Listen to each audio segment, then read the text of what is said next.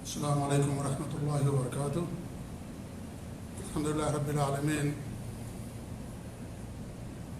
واشهد ان لا الہ الا اللہ وحدہ لا شریک لہ، واشهد ان محمدا عبدہ ورسولہ، بلغ الرسالہ وادى الامانہ ونصح الامہ وترکها علی البیضاء لیلها كنہارها لا یزیغ عنها الا ہالک، صلوات اللہ وسلامہ علیہ وعلی آلہ وعلی اصحابہ ومن اهتدى بهديه واستنى بسنته الى يوم الدين، وبعد۔ معزز و مکرم سامعین و حاضرین و ناظرین، سب سے پہلے تو ہم اللہ رب العالمین کا شکر ادا کرتے ہیں کہ اس کے فضل خاص سے، اس کی توفیق سے، اس کی عنایت سے دوبارہ روبرو درس کا آغاز ہو رہا ہے۔ اس پر ہم جتنا بھی اللہ تعالیٰ کا شکر ادا کریں کم ہے۔ ساتھ ہی ساتھ مملکت سعودی عرب کا ہم شکریہ ادا کرتے ہیں کہ انہوں نے کرونا کی اس مہاماری میں جس طریقے سے لوگوں کا علاج کیا، لوگوں کے لیے علاج کی سہولت مہیا کی، اور جس طریقے سے انہوں نے سب کے ساتھ بغیر کسی تفریق کے سب کا فری علاج کیا، فری ویکسین بھی دے رہے ہیں۔ اللہ تعالیٰ ان کو اس کا بہتر بدلہ عطا فرمائے۔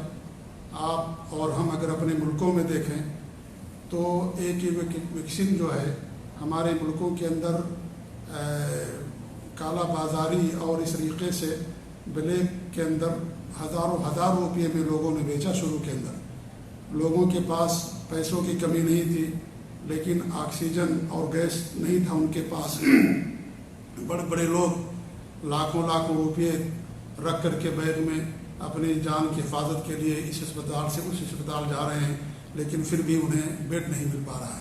الحمدللہ اللہ کے فضل سے جس طریقے سے انہوں نے معاملہ کیا، جس مستعدی اور اس طریقے سے اس حکمت کے ساتھ، سوجھ بوجھ کے ساتھ جس طریقے سے لوگوں کے ساتھ معاملہ کیا، قابل تعریف ہے۔ اور اللہ کے رسول صلی اللہ علیہ وسلم کے حدیث سے من لم یشکر الناس لم یشکر اللہ، جو لوگوں کا شکریہ ادا نہیں کرتا وہ اللہ رب العالمین کا شکر ادا نہیں کر سکتا ہے۔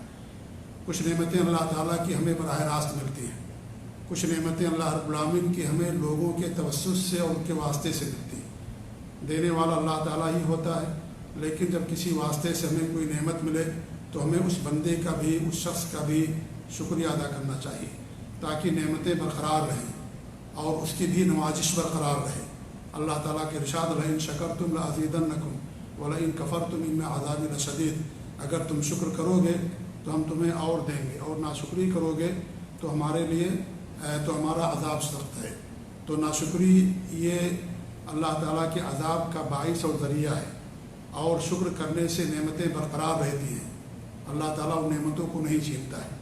آج جو بھی ناشکری ہو رہی ہے اس کی وجہ یہی ہے کہ اس کی وجہ سے کتنی ساری نعمتیں ہم سے چھینتی جا رہی ہیں۔ اس لیے ہمیشہ انسان کو اللہ رب العالمین کا بھی شکر ادا کرنا چاہیے، اور جن کی طرف سے انسان کو یہ نعمتیں ملتی ہیں ان کا بھی انسان کو ہمیشہ شکر ادا کرتے رہنا چاہیے۔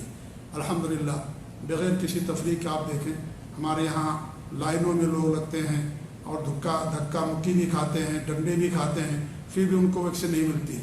آپ جاتے ہیں کسی پرنس کے طریقے سے، کسی بادشاہ کے طریقے سے آپ کا علاج کیا جاتا ہے، فری میں ویکسین دیا جاتا ہے، اور آپ کو جو ہے عزت اور احترام کی نظر سے دیکھا جاتا ہے بغیر کسی تفریق کے۔ ایسا نہیں کہ صرف ان کے اپنے باشندوں کے لیے، جو بھی یہاں پر ہے سب کے لیے الحمدللہ۔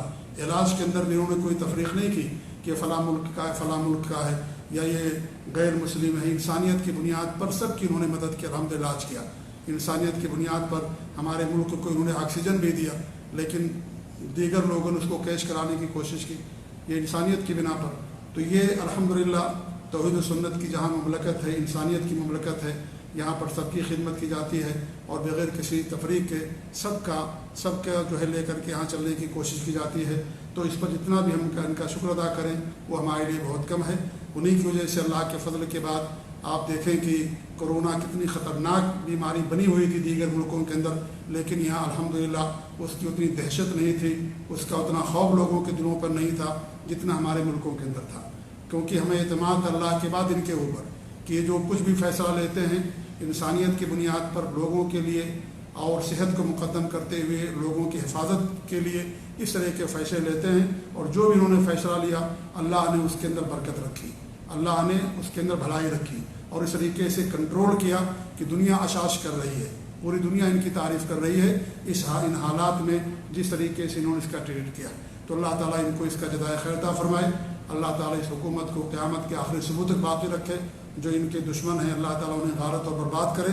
یہ ہماری اور آپ کی ذمہ داری ہے کہ ہم ان کے لیے اگر کچھ نہیں کر سکتے تو کم سے کم ان کے لیے دعائیں کریں۔ الحمدللہ آج آپ بڑی آسانی سے اللہ کے دین کا علم حاصل کر رہے ہیں، کتاب و سنت کا، توحید کا، صحیح علم کتاب و سنت کا الحمدللہ آپ کو یہاں کے ذریعے سے مل رہا ہے، اور یہ بہت بڑا خیر ہے جو پوری دنیا کے اندر یہاں کے ذریعے سے پھیل رہا ہے۔ تو الحمدللہ ایک لمبے عرصے کے بعد تقریباً 2 سال پہلے کتاب کی شرح شروع کی گئی تھی۔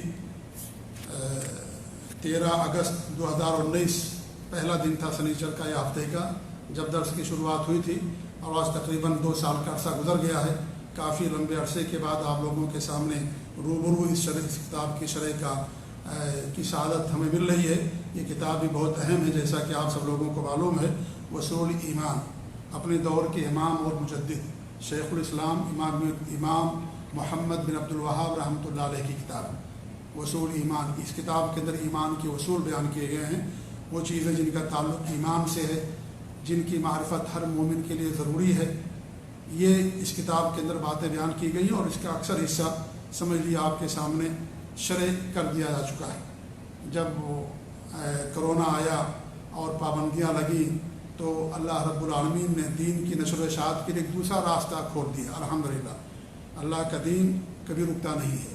اللہ رب العالمین اپنے دین کو پھیلانے کے لیے کوئی نہ کوئی راستہ اللہ رب العالمین ضرور کھول دیتا ہے۔ ایک راستہ بند ہوتا ہے، دوسرا راستے کھلتے ہیں۔ الحمدللہ آن لائن سوشل میڈیا کے ذریعے سے فیس بک اور زوم اور اس طریقے سے یوٹیوب اور بہت سارے یعنی سوشل میڈیا کے اندر بہت ساری چیزیں ہیں جن کے ذریعے سے الحمدللہ ہمارے علماء نے، ہمارے دعات نے اللہ کے دین کا صحیح علم لوگوں تک پہنچایا۔ اللہ تعالیٰ ان سب کو جزائے خیر عطا فرمائے، اور آن لائن ہمارے دروس بھی چلتے رہے، اور اس کتاب کی شرح مسلسل ہر ہفتہ تقریباً آپ لوگوں کے سامنے پابندی کے دور میں بھی جب یعنی اجتماع اور اس طرح کی یعنی لوگوں کا بیٹھنا پر پابندی تھی، اس وقت بھی الحمدللہ یہ درس چل رہا تھا، اور آج یہ اس درس کا 76واں درس ہے، یعنی 75 دروس اس سے پہلے اس کتاب پر ہو چکے ہیں الحمدللہ، جن میں تو کچھ آپ کے سامنے روبرو ہوئے تھے اور کچھ کرونا کے ٹائم میں دروس ہوئے تھے۔ تو آج ہمیں بڑی خوشی ہو رہی ہے کہ الحمدللہ آج آپ لوگوں کے سامنے بیٹھ کر کے روبرو اس کتاب کی شرح کا موقع مل رہا ہے۔ اللہ رب العالمین آپ لوگوں کے بیٹھنے کو، حاضری کو قبول فرمائے۔ اللہ تعالیٰ ہمیں اپنے دین کا علم، صحیح علم بخشے، اور اس پر اللہ تعالیٰ ہم سب کو عمل کرنے کی بھی توفیق دے۔ یہ حسن اتفاق ہے اللہ اکبر کی آج جس باب کی ہم شروعات کریں گے وہ طلب علم سے متعلق ہے کہ علم طلب کرنے کی کتنی فضیلت ہے۔ علم یعنی کتاب و سنت کا علم، قرآن و حدیث کا علم، دین کا علم، اس کے حاصل کرنے کی کتنی فضیلت ہے۔